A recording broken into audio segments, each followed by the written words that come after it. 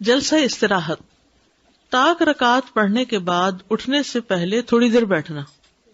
یعنی آپ تیسری رکعت سے اٹھے ہیں یا پہلی رکعت، طاق ہوتا ہے نا 1 یا 3، تو طاق رکعت پڑھنے کے بعد یعنی پہلی رکعت کے بعد جب آپ نے دونوں سجدے کر لیے، اب آپ اٹھنا چاہتے ہیں دوسری رکعت پڑھنے کے لیے، تو اب کیا کریں؟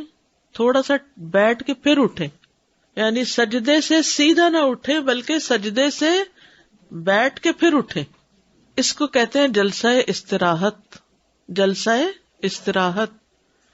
دوسرے سجدے کے بعد بیٹھنا. مالک بن حویرث اللیثی رضی اللہ عنہ سے روایت ہے کہ انہوں نے نبی صلی اللہ علیہ وسلم کو نماز پڑھتے دیکھا.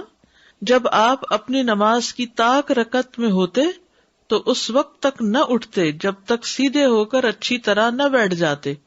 ٹھیک ہے، یعنی کھڑے نہیں ہوتے تھے جب تک کہ سیدھے نہ بیٹھ جاتے. یہ بھی نہیں کہ بس ایسے ہلکا سا ٹکے اور پھر کھڑے ہو گئے. دوسرے سجدے کے بعد اطمینان سے بیٹھنا. صحیح بخاری کی روایت ہے، پھر سجدہ کرو حتیٰ کہ پوری طرح اطمینان سے سجدہ کرو، پھر سر اٹھاؤ حتیٰ کہ اطمینان سے بیٹھ جاؤ، پھر سجدہ کرو حتیٰ کہ پوری طرح اطمینان سے سجدہ کرو، پھر سر اٹھاؤ حتیٰ کہ اطمینان سے بیٹھ جاؤ، پھر یہی عمل اپنی ساری نماز میں ادا کرو. ہر جگہ اطمینان ہے. بائیں ٹانگ پہ بیٹھنا، یہاں بھی 2 سجدوں کے بیچ کی طرح بائیں ٹانگ پر ہی بیٹھیں گے. پھر آپ اپنی بائیں پاؤں پر اعتدال کے ساتھ برابر ہو کر بیٹھ جاتے یہاں تک کہ ہر ہڈی اپنے جوڑ کی طرف لوٹ آتی. ابو حمید ساعدی کا مشاہدہ. محمد بن عطا سے مروی ہے، وہ ابو حمید ساعدی سے روایت کرتے ہوئے کہتے ہیں کہ میں نے ان کو سنا جبکہ وہ نبی صلی اللہ علیہ وسلم کے 10 صحابہ میں موجود تھے. ان میں ابو قتادہ بن ربی رضی اللہ عنہ بھی تھے، یعنی ایک اور صحابی بھی تھے. وہ کہتے ہیں کہ میں رسول اللہ صلی اللہ علیہ وسلم کی نماز کو آپ سب لوگوں سے زیادہ جانتا ہوں.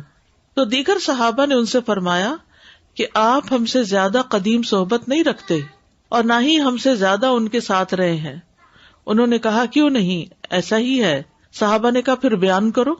انہوں نے بتایا کہ آپ صلی اللہ علیہ وسلم جب نماز کے لیے کھڑے ہوتے تو سیدھے کھڑے ہو جاتے، پھر جب دوسرا سجدہ کرتے تو اللہ اکبر کہتے، پھر اپنا بایاں پاؤں موڑ کر اس پر بیٹھ جاتے اور اس طرح اعتدال کے ساتھ بیٹھتے.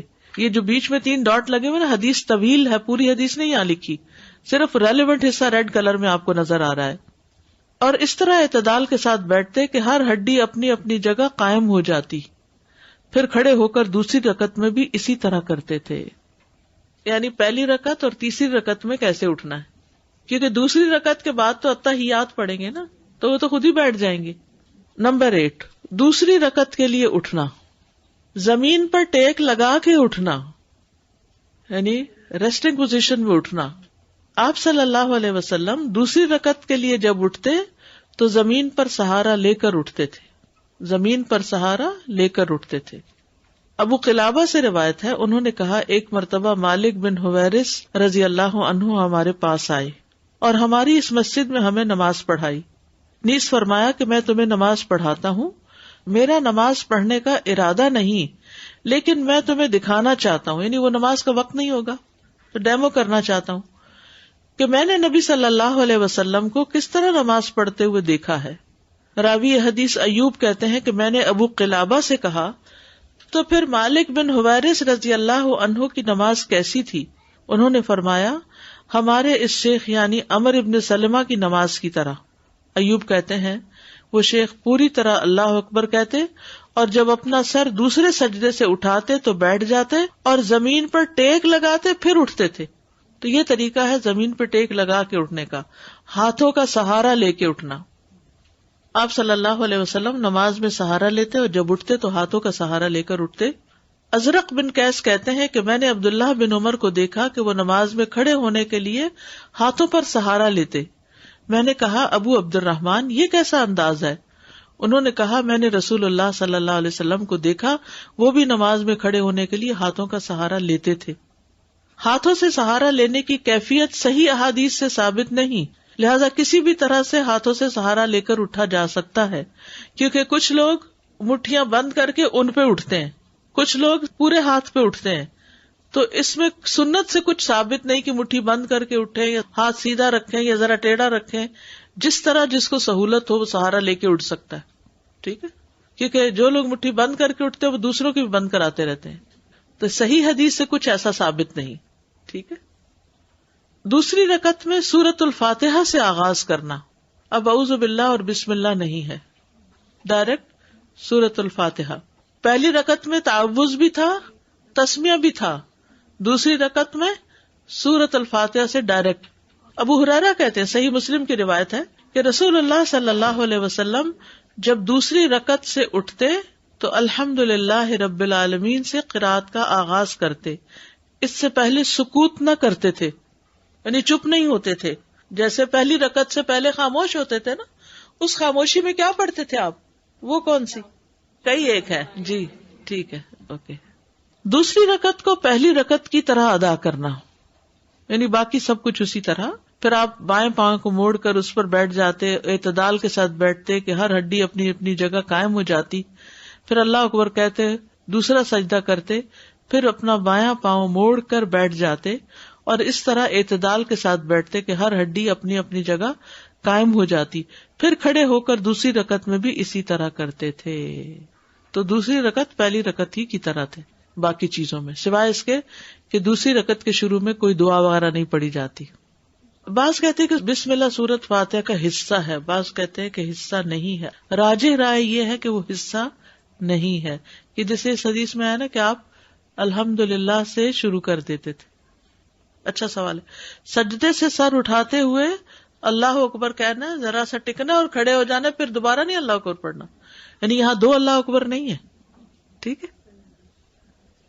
سہارا کوئی چیئر وغیرہ سے بھی لیا جا سکتا ہے؟ جیسے میری سسٹر کو اٹھنے میں پرابلم ہوتا ہے تو زمین سے ہی لے لیں. نہیں، جیسے اگر ساتھ چیئر پڑی ہو، کیونکہ جب کھڑے ہوتے ہیں دوسری رکعت کے لیے زمین سے ہی لینا چاہیے میرے خیال میں. چیئر کا تو میں نے کہیں نہیں پڑھا. جیسے ان کے لیے کھڑا ہونا مشکل ہے، آپ کا رخ مڑ جائے گا، ہاتھ بھی اوپر کرنے پڑیں گے، پھر آپ ضرور مڑ دوڑ جائیں گے، ادھر ادھر ہو جائیں گے. چیئر سامنے تو نہیں ہے نا، الا یہ کہ آپ چیئر پر نماز بیٹھ کے پڑھ رہے ہیں، یعنی آپ نے اتحیات وغیرہ پڑھی ہے اور پھر یہیں سے کھڑے ہوتے ہیں تو وہ دونوں ہاتھ اس طرح کر کے اسٹریٹ کھڑے ہو سکتے ہیں چیئر سے. ٹھیک ہے نا. کچھ دنوں میں بالکل ٹھیک ہو جائے گا. یہ میرے اپنے اوپر گزر چکی ہے کہ میرے گھٹنے میں پرابلم ہو گیا تھا اور میں بالکل زمین پر نہیں بیٹھ سکتی تھی، تو مجھے کرسی پہ بیٹھنا پڑا. لیکن میں نے پھر اللہ سے دعا بھی کی، تہیہ بھی کیا، اور پھر آہستہ آہستہ آہستہ آہستہ کرتے کرتے، اور اب میں الحمدللہ سہولت سے بیٹھ بھی جاتی ہوں اور اٹھ بھی جاتی ہوں. کچھ دن ان کو مشکل ہوگی. اگر آپ چیئر پہ بیٹھ کے جیسے اتحیات پڑھا، آپ نے کھڑے ہو کے قیام وغیرہ کیا، رکوع کیا، سجدہ اشارے سے کیا اور اتحیات یہاں بیٹھ کے پڑھا، تو پھر اٹھتے ہوئے سیدھے دونوں ہاتھ یہاں رکھ کے آپ سیدھے یوں اٹھ سکتے ہیں. ٹھیک ہے. لیکن ایسا نہیں کہ ادھر کوئی چیئر پڑی تو اس کو پکڑ کے اٹھے، یوں نہیں کریں گے آپ، کیونکہ آپ کا سینہ مڑ جائے گا. نماز میں سینہ مڑنے سے نماز باطل ہو جاتی.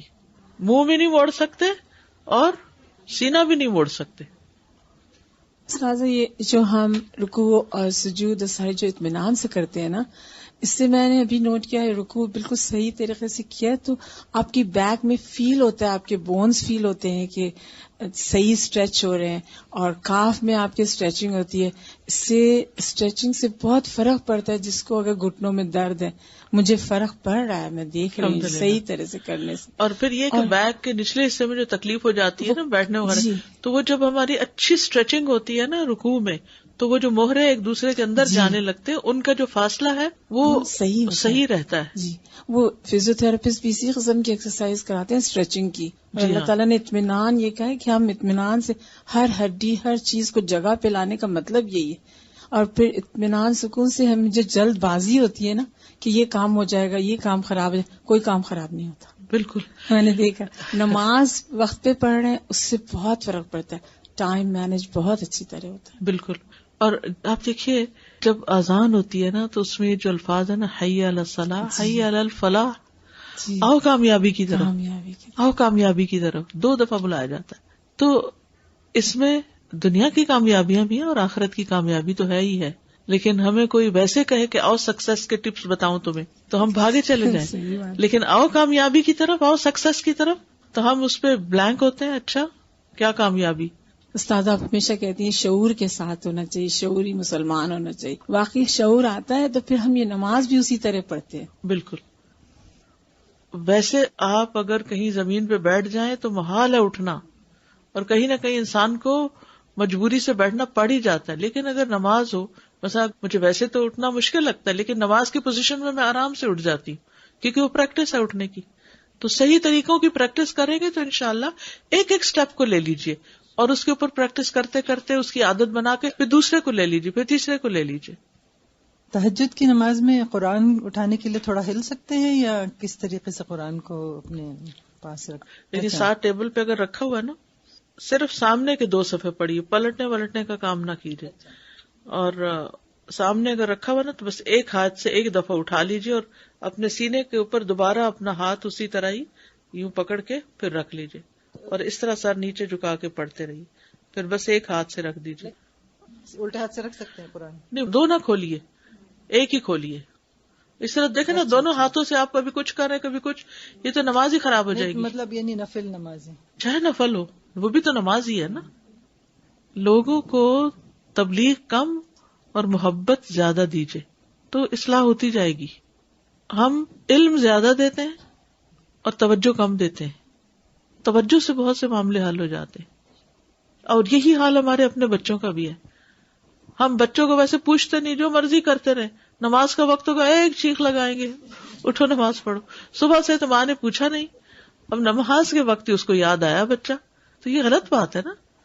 اگر آپ صبح اٹھ کے سلام کرتے، اور دیکھیے یہ جو حدیث ہے سلام والی، یہ محبت پیدا کرنے کا بہترین طریقہ ہے، بہترین طریقہ. کیونکہ نبی صلی اللہ علیہ وسلم نے یہ بات قسم کھا کے فرمائی، قسم اس ذات کی جس کے قبضے میں میری جان ہے، تم مسلمان نہیں ہو سکتے، مومن نہیں ہو سکتے جب تک تم ایک دوسرے سے محبت نہ کرو.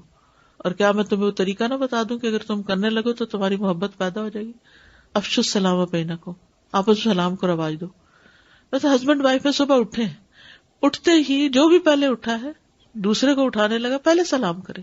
نماز کے لیے جا رہے ہیں سلام کر کے جائیں، واپس آئے آ کے سلام کریں، پھر ادھر ادھر ہوئے پھر سامنے آئے پھر سلام کریں. گھر سے نکلنے تک اگر 10 دفعہ کم سے کم سلام ہو چکا ہے تو کیسے تعلق نہیں قائم ہوگا؟ تعلق بھی قائم ہوگا، محبت بھی پیدا ہوگی. کیونکہ یہ نسخہ تو کبھی غلط ہو ہی نہیں سکتا، کیونکہ نبی صلی اللہ علیہ وسلم کا بتایا ہوا. ہم غلط ہو سکتے ہیں، ہمارا طریقہ غلط ہو سکتا ہے، لیکن یہ نسخہ غلط نہیں ہو سکتا. مگر ہم گھر والوں کو فار گرانٹیڈ لیتے ہیں، ہم کہتے ہیں ان کو کیا سلام کرنا، ہمارے ویسے بھی زیادہ سلام کا رواج نہیں ہے. یعنی آپ نے فرمایا تھا جو حدیث پوری جو یہاں سے ہوتی ہے کہ تم جنت میں نہیں جا سکتے جب تک مومن نہ ہو، اور مومن نہیں ہو سکتے جب تک آپس میں محبت نہ کرو. کیا میں تمہیں وہ طریقہ نہ بتاؤں کہ اگر کرو تو تم میں محبت پیدا ہو جائے؟ تو یہ محبت تو جنت میں لے جانے والی ہے. آپ اگر کسی کو تبلیغ کرنا چاہتے پہلے سلام کریں، پہلے حال پوچھیں، پھر اجازت لے کہ کیا میں آپ سے ایک بات شیئر کر سکتی ہوں. حضرت موسیٰ علیہ السلام نے اجازت لی تھی پوچھنے کے لیے بھی، کیا میں آپ کا پیچھا کروں، آپ کے ساتھ چلوں، آپ مجھے کچھ سکھائیں گے؟ تو یہ مینرز یا اخلاق یا آداب تو کچھ ہے ہی نہیں، تو پھر ہماری بات بھی اثر نہیں کرتی. اور دوسری بات یہ کہ کبھی بھی کسی کو تقریر کے انداز میں تبلیغ نہ کیجیے گا. جب ہم بعض اوقات بات کرنے لگتے ہیں تو ہم ہاتھ بھی اٹھا لیتے ہیں، اشارے بھی شروع کر دیتے ہیں جیسے کوئی خطاب کر رہے ہو. تو خطاب جو ہوتا ہے نا وہ ایک مجمع کو ہوتا ہے، 1-on-1 بیس پہ خطاب نہیں ہوتا. بچے کے سامنے بیٹھ کے ہاتھ اٹھا کے بات نہ کیجیے. تو یہ منفی رویہ ہے. اگر آپ ان کو ہر وقت برائی فیل کروا رہے ہیں تو پھر فائدہ کچھ نہیں ہوگا. محبت پہلے، تبلیغ بعد میں.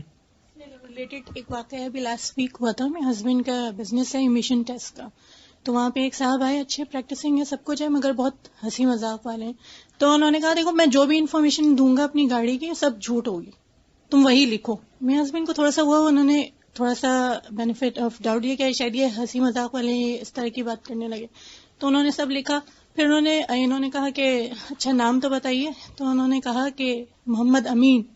تو میرے ہسبینڈ نے پھر ان کو یوں ہاتھ تک کے کہا کہ واہ واہ کیا نام ہے، مگر یہ کام صحیح نہیں لگ رہا، یہ نام کے ساتھ یہ کام اتنا خوبصورت نام ہے. ان کا پھاڑ دو اسے، اب تم نے میرا دل عجیب کر دیا، میرا دل ہل رہا. سبحان اللہ. بس یہ اتنی سی صرف بات. یہ ہے تبلیغ کا طریقہ، یہ ہے تبلیغ کا طریقہ. یعنی چند لفظوں سے دنیا ہی بدل جاتی ہے. اور آپ دیکھیں گے کہ اگر پلٹ کے اپنے پیچھے دیکھیں نا، آج جو آپ دین میں ہے نا اس کے پیچھے ضرور کسی نہ کسی کا کوئی ایسا جملہ یا انکریجنگ ورڈز یا کوئی ایسی چیز ہوگی کہ جو آپ کو اس راستے پہ لے آئی. تو یہی انکریجنگ ورڈز جو ہیں دوسروں کے ساتھ شیئر کریں. اور استاذہ بہت بار یہ بھی ہوتا ہے کہ جو غلط کام ہو رہا ہے ہم اس کام کو برا نہیں سمجھتے، اس شخص کو برا سمجھنا شروع کریں تو وہیں پر ساری بات ختم ہو جاتی ہے. جیسے ایسی ہوا جب ہم انڈیا میں تھے تو نماز ایسے مطلب صحیح طریقے سے پڑھنا شروع کیا تھا، تو جو گروپ تھا جو صحیح طریقے سے نہیں پڑھ رہا تھا، تو جو میری فرینڈ آئی اس نے کہا کہ یہ لوگ تو غلط ہے، یہ لوگ تو ایسی ہمیشہ ہی غلط کام. میں نے کہا کہ نہیں، آپ ان کو جنرلائز نہ کریں، جو کام بس غلط ہے اس کو آپ اپنے ذہن میں رکھیں، اس کو سدھارنے کی کوشش کریں صحیح رویے سے، محبت سے، اچھے طریقے سے. جو مانتا ہے انشاءاللہ، نہیں مانتا ہے تو پھر آپ اس کے لیے دعا کنٹینیو رکھیں.